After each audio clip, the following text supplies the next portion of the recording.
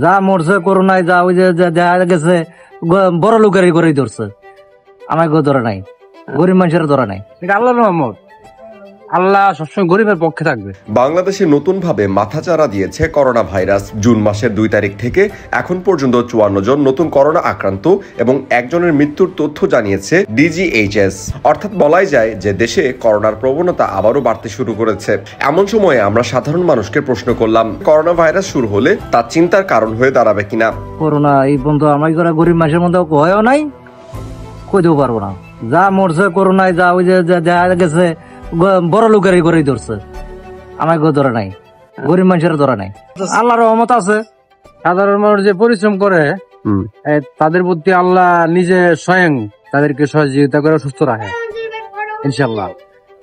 আপনার সাবেক যে করোনা আপনি দেখেন যে বিভিন্ন সাংবাদিক মিডিয়ারা যে আপনার এই করোনার এই বিবৃতি গুলো দিচ্ছে, কয়জন সাধারণ গরিব মানুষ মারা গেছে।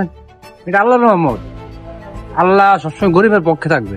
আমরা হয়তো বলতে পারবো না, এটা আল্লাহ পাক নিজে বলতে পারবো, কারণ আমরা তো আপনার ওই সৃষ্টিকর্তার উপরে কথা বলতে পারবো না। মানুষ করোনা তার শক্তিশালী এরকম কিছু না, আল্লাহ তো মানুষের মাথার সবকিছু দিয়ে দিছে। করোনা মহামারী ছিল, এখান থেকে উৎখাত হয়েছিল, করোনা নির্মূল হয়েছে মানুষের দ্বারাই। মানুষের মাথার সবকিছু আল্লাহ দিয়ে দিছে, সবকিছুর মালিক আল্লাহ, সুস্থ রাখার মালিক আল্লাহ। আবারও যদি পুনরায় আসে, এখন এই অবস্থায় কতটুকু সামলাতে পারবে দেশ জানি না। নির্বাচিত সরকারও নেই দেশে, সব দিক থেকেই আমরা একটা সমস্যা। প্রথম যেভাবে পড়ছিল এরকম নাও হতে পারে, ওরকম শক্তিশালী হতে হবে। আমাদের তো প্রথম অস্ত্রই তো মাস্ক পরাটা।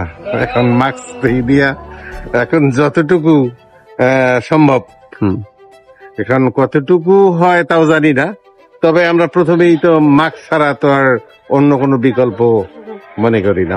আল্লাহ অন্তত রাখছে সেফ, আল্লাহ অন্তত সেফ রাখছে। ভ্যাকসিন না দিয়েও সেফ আছে। ভ্যাকসিন আমি দেই না, আমরা তো দিছি।